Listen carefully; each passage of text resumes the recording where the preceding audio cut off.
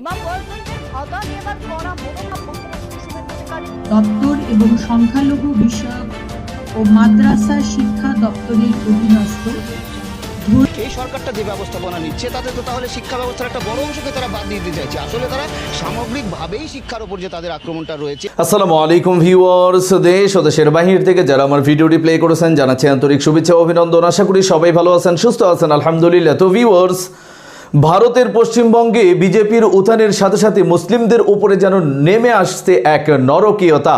কুরবানি বন্ধ, প্রকাশ্যে নামাজ বন্ধ এবং মসজিদ পর্যন্ত তারা এখন মন্দিরে পরিণত করেও ক্ষান্ত হয়নি। এবার সরাসরি মসজিদের ইমামদের মুয়াজ্জিমদের যে ভাতা প্রথা চালু করা হয়েছিল, মমতা ব্যানার্জি করেছিল, সেইটাকেও বন্ধ ঘোষণা করে দেওয়া হয়েছে। দর্শক, অতি বিলম্বেই আমাদের পার্শ্ববর্তী দেশ হিন্দুস্তান থেকে কি মুসলিমত্ব উঠে দিতে যাচ্ছে বিজেপি সরকার? কি করতে যাচ্ছে শুভেন্দু অধিকারী?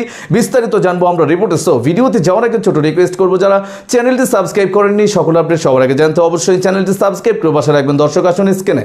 দপ্তর এবং সংখ্যালঘু বিষয়ক ও মাদ্রাসা শিক্ষা দপ্তরের অধীনস্থ ধর্মীয় শ্রেণীবিন্যাসের ভিত্তিতে প্রদত্ত সহায়তামূলক প্রকল্প সমূহ বন্ধ এই মাস চলবে, পরের মাস থেকে এটা বন্ধ করা হচ্ছে। ভারতের পশ্চিমবঙ্গে ইমাম মুয়াজ্জিন ও পুরোহিতদের ভাতা বন্ধের সিদ্ধান্ত নিয়েছে শুভেন্দু অধিকারীর নেতৃত্বাধীন বিজেপি সরকার।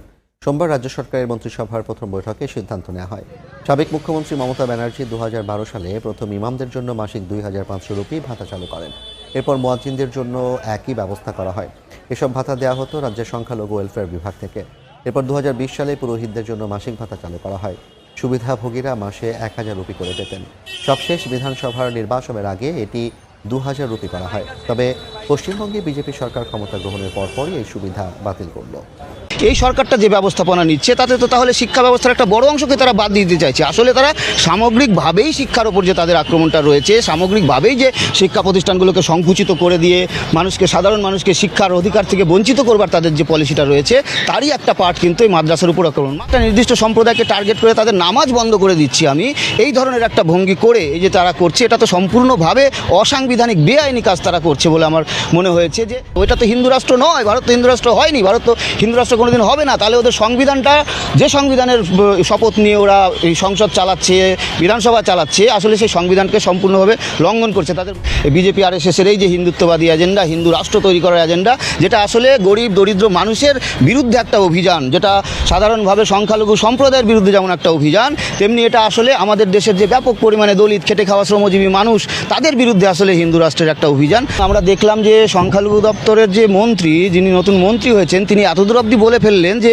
অবৈধ মাদ্রাসা চালালে বুলডোজার চলবে। তার মানেটা কি? একটা দিক হচ্ছে যে মাদ্রাসা বা এই যে সংখ্যালঘু সম্প্রদায়ের যে তাদের যে সাংবিধানিক অধিকার আছে, তাদের যে শিক্ষা প্রতিষ্ঠান চালানোর সাংবিধান অধিকার আছে, তাকে একদিকে ওই বুলডোজারের হুমকি দেওয়া হচ্ছে, আর একদিকে সরকারের যেটা করণীয়, তাদের জন্য যে সুযোগ সুবিধার জন্য তাদের জন্য যে বরাদ্দ করার প্রয়োজন, সেই বরাদ্দটাকে তারা বন্ধ করে দিতে চাইছে। এটা সম্পূর্ণভাবে দেখিয়ে দিচ্ছে যে এই নতুন সরকারটা, বিজেপি সরকারটা ক্ষমতায় আসতে না আসতে সব দিক থেকে সাধারণ মানুষকে, সম্প্রদায়ের মানুষকে, বিভিন্ন সম্প্রদায়ের মানুষকে তারা সব দিক থেকেই একটা আক্রমণ, একটা হামলা, রুজি, অধিকার, বাক স্বাধীনতা, সমস্ত কিছুর উপর তারা হামলা চালাচ্ছে।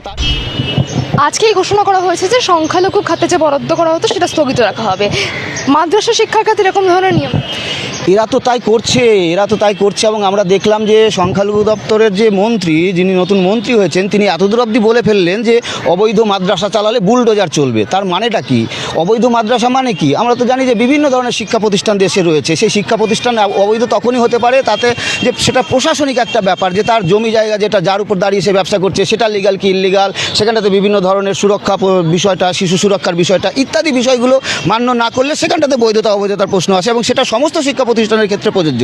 কিন্তু যে মাদ্রাসাকে তারা অবৈধ হিসাবে চিহ্নিত করে দিয়ে বুলডোজার চালানোর কথা তারা বলছে, এটারই আর একটা দিক হচ্ছে যে মাদ্রাসা বা এই যে সংখ্যালঘু সম্প্রদায়ের যে তাদের যে সাংবিধানিক অধিকার আছে, তাদের যে শিক্ষা প্রতিষ্ঠান চালানোর সাংবিধানিক অধিকার আছে, তাকে একদিকে ওই বুলডোজারের হুমকি দেওয়া হচ্ছে, আর একদিকে সরকারের যেটা করণীয়, তাদের জন্য যে সুযোগ সুবিধার জন্য তাদের জন্য যে বরাদ্দ করার প্রয়োজন, সেই বরাদ্দটাকে তারা বন্ধ করে দিতে চাইছে। এটা সম্পূর্ণভাবে দেখিয়ে দিচ্ছে যে এই নতুন সরকারটা, বিজেপি সরকারটা ক্ষমতায় আসতে না আসতে সব দিক থেকে সাধারণ মানুষকে, সম্প্রদায়ের মানুষকে তারা সব দিক থেকেই একটা আক্রমণ, একটা হামলা, রুজি, অধিকার, বাক স্বাধীনতা সমস্ত কিছুর উপর তারা হামলা চালাচ্ছে। তারই একটা অঙ্গ হচ্ছে এই মাদ্রাসার উপরও হামলা।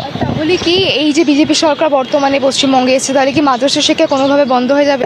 প্রশ্ন তো সেটাই যে তাহলে এত মাদ্রাসা তো একটা বোর্ড, রাজ্য সরকারের বোর্ড। এর আগেও বিভিন্ন সময় ধরে রাজ্য সরকারের নীতি কী থেকেছে যে মাদ্রাসা বোর্ডগুলোকে উন্নত করা এবং মাদ্রাসা যেগুলো রয়েছে সেই শিক্ষা ব্যবস্থাটাকে আরও প্রসারিত করা, সেখানটাতে আরও অনুদান দেওয়ার মধ্যে দিয়ে আরও ব্যাপক ছাত্রছাত্রীরা যাতে সেখানটাতে ভর্তি হতে পারে, পড়াশোনা করতে পারে, সেই ব্যবস্থাপনা করার বদলে এই সরকারটা যে ব্যবস্থাপনা নিচ্ছে তাতে তো তাহলে শিক্ষা ব্যবস্থার একটা বড় অংশকে তারা বাদ দিতে চাইছে। আসলে তারা সামগ্রিকভাবেই শিক্ষার ওপর যে তাদের আক্রমণটা রয়েছে, সামগ্রিকভাবেই যে শিক্ষা প্রতিষ্ঠানগুলোকে সংকুচিত করে দিয়ে সাধারণ মানুষকে শিক্ষার অধিকার থেকে বঞ্চিত করবার তাদের যে পলিসিটা রয়েছে, তারই একটা পার্ট কিন্তু এই মাদ্রাসার উপর আক্রমণ। মাদ্রাসা মানে স্কুল, একটা বিশেষ ধরনের স্কুল যেখানটাতে একটা সম্প্রদায়ের সেই সাংবিধানিক অধিকার রয়েছে, সেই সাংবিধানিক অধিকারের জায়গা থেকে এই স্কুলগুলো চলে। খ্রিস্টানদের রয়েছে, শিখদের রয়েছে, গুরুদ্বারা ভিত্তিক শিক্ষা প্রতিষ্ঠান রয়েছে, সব কিছু এটা সাংবিধানিকভাবে রয়েছে।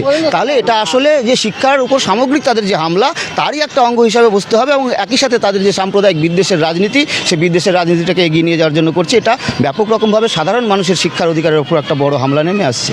রাস্তায় নামাজ পড়া বন্ধ করে দেবে বলছেন, এটাও একটা দিক যে ধরুন যে রাস্তায় নামাজ কতক্ষণ মানুষ নামাজ পড়ে, নামাজের জন্য স্ক্রিনে আমরা সে সম্পর্কে বিস্তারিত জানলাম। এই বিষয়ে আপনাদের মতামত কমেন্টে জানান, কেউ ভিডিওটি স্কিপ করবেন না। মুসলমানদের ঈদ, কুরবানি, প্রকাশ্যে নামাজ, প্রকাশ্যে আজান, এই সকল কিছুর প্রতি শুধু নিষেধাজ্ঞা দিয়েই ক্ষান্ত হয়নি এই শুভেন্দু অধিকারী। এবার সরাসরি কুরবানির পশু পর্যন্ত কেনা বেচা নিয়ে নানান হট্টগোল তৈরি হয়েছে। পুরো ভারতবর্ষ জুড়ে তোলপাড় শুরু হয়েছে কুরবানির পশু কেনা বেচাকে কেন্দ্র করে। হিন্দুরা পর্যন্ত এখন মুসলিমদের পক্ষ নিয়ে বিজেপির বিপক্ষে চলে গেছে। দর্শক, বিস্তারিত আপডেট জানবো রিপোর্টে।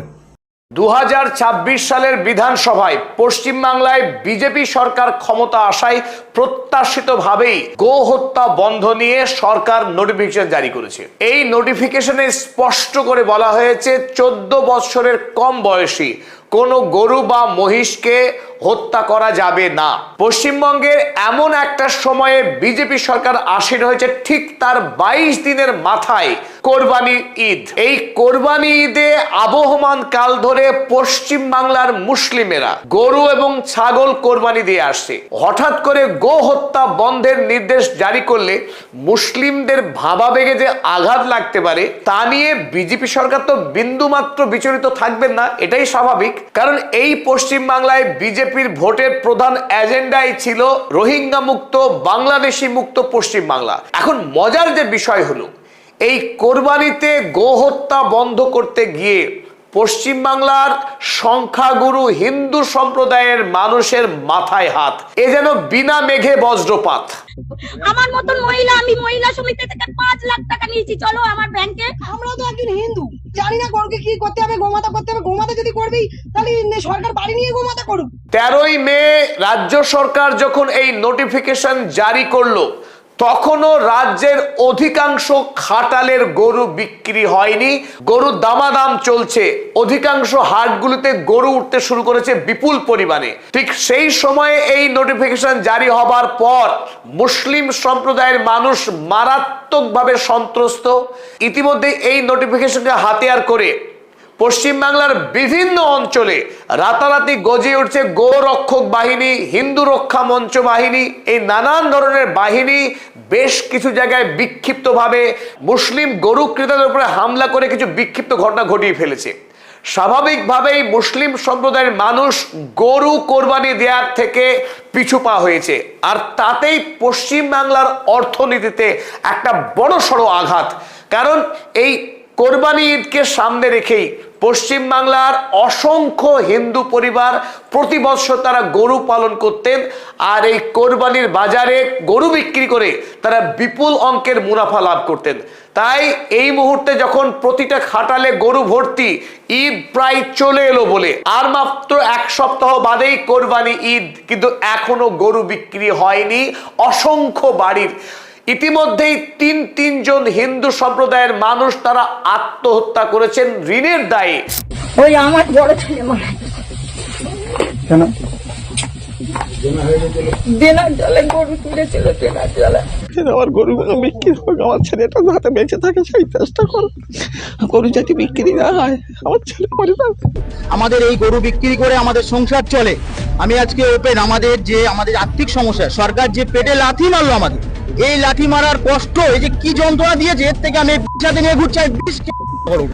দর্শক, স্ক্রিনে আমরা সে সম্পর্কে বিস্তারিত জানলাম। সো ভিডিও এই পর্যন্ত। ভালো লাগলে লাইক অ্যান্ড কমেন্ট করবেন। দেশের সকল আপডেট সবার আগে জানতে অবশ্যই চ্যানেলটি সাবস্ক্রাইব করে পাশে রাখবেন। দেখা হবে পরবর্তী ভিডিওতে ইনশাআল্লাহ। আসসালামু আলাইকুম ওয়া রাহমাতুল্লাহ।